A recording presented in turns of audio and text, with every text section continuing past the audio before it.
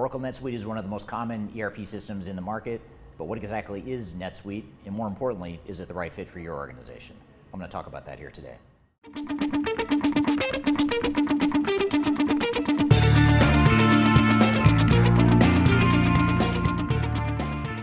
My name is Eric Kimberling, and I'm the CEO of Third Stage Consulting.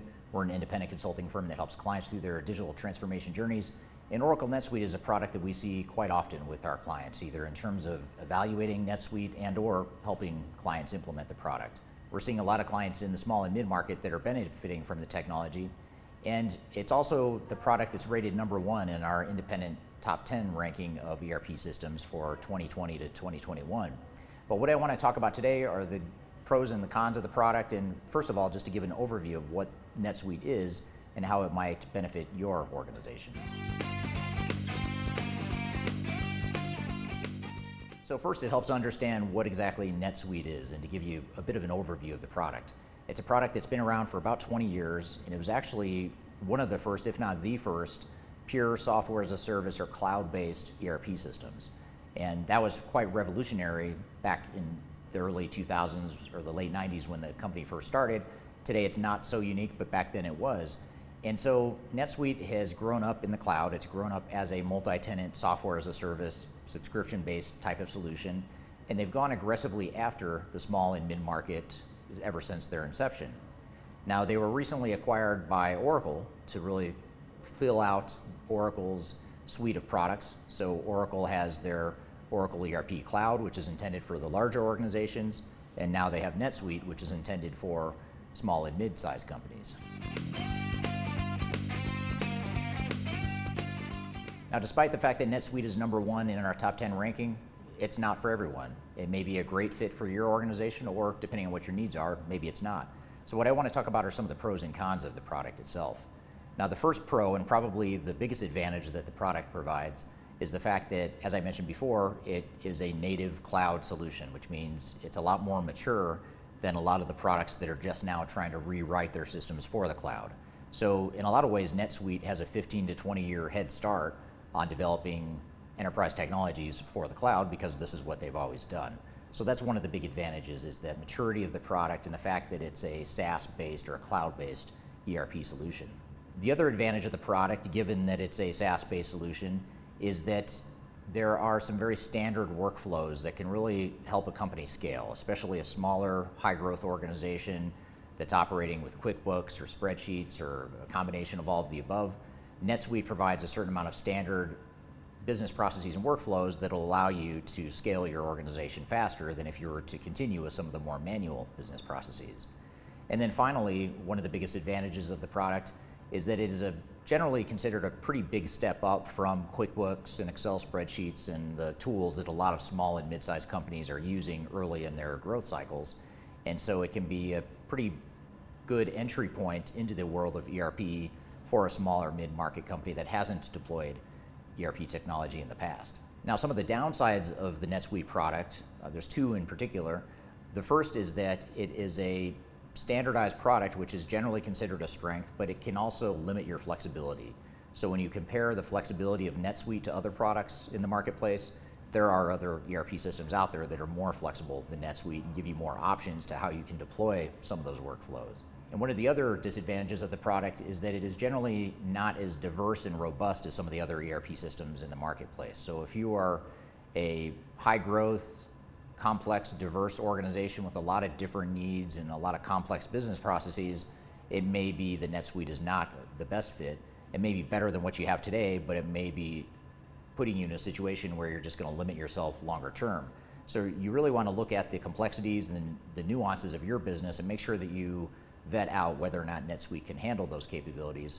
Just to give you a couple examples, some areas where we see NetSuite lacking compared to some of the other competitors in the marketplace would be things like manufacturing or advanced planning, warehouse management. So if you're a complex engineer-to-order manufacturer, for example, there's probably better systems out there that can give you what you're looking for. But if you have more vanilla and standard business processes, then NetSuite can be a great fit for small and mid-sized organizations. Now, one thing that NetSuite is very good at is marketing this whole concept of suite success as it relates to their implementations.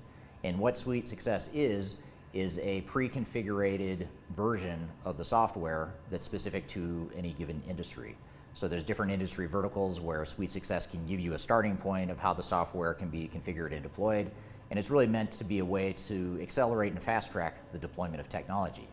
So on the surface, this is a good thing. This can be a great time and money saver, but the reality is that we see with most NetSuite clients is that setting up the technology isn't what takes the most time and money and the most heartburn to get done right. Typically, it's the actual organizational changes, the operational changes, and actually moving the organization along to be able to fully leverage NetSuite. That's what takes a long time. So when you hear about Suite Success and you hear the sales and marketing messaging behind that, you just want to make sure you take that with a grain of salt and recognize that it's a sales tactic. It's a very effective sales tactic, but chances are you're going to need a more realistic approach and implementation plan to ensure that you get the full value out of the product. Now, implementing NetSuite is relatively easy from a technical perspective. It's a SaaS solution, as I mentioned before. You can literally overnight have an instance or a sandbox of NetSuite set up for you that you can go start playing with and start using. And so on the surface, it sounds pretty easy as far as deploying the technology. But again, the point is, how do we deploy the technology in a way that's going to work for our business? And there's a lot of complexities that go into the product as far as setting up workflows and setting up all the configuration that needs to go with it, even though it's not as robust and complex as some of the other ERP systems in the marketplace. There's still a lot of decisions that need to be made and a lot of operational and organizational change that your organization would need to go through to adapt to NetSuite. And one of the challenges we see with NetSuite customers in general is that most of them are smaller and mid-sized companies that haven't gone through a lot of ERP implementations in the past, so they don't necessarily know what they're getting themselves into as far as how difficult some of the changes may be and how difficult the deployment may be. They may see that they get immediate access to the software and they start playing with the software and assume that it's going to be easy to roll out to their entire organization, which may be true if you're a very small organization, but if you're a larger small company or a mid-market company, it's probably going to be a little bit more complex than you think. So just making sure you have a realistic plan and a realistic strategy to deploy the product is something that's very important in making NetSuite implementation successful. So the first step to being successful in a NetSuite implementation is, first of all, to have a realistic plan. Make sure that you take the sales proposal that you receive from NetSuite or one of their value-added resellers with a grain of salt, because chances are they're being a bit overly optimistic with some unrealistic assumptions around what the implementation is going to look like.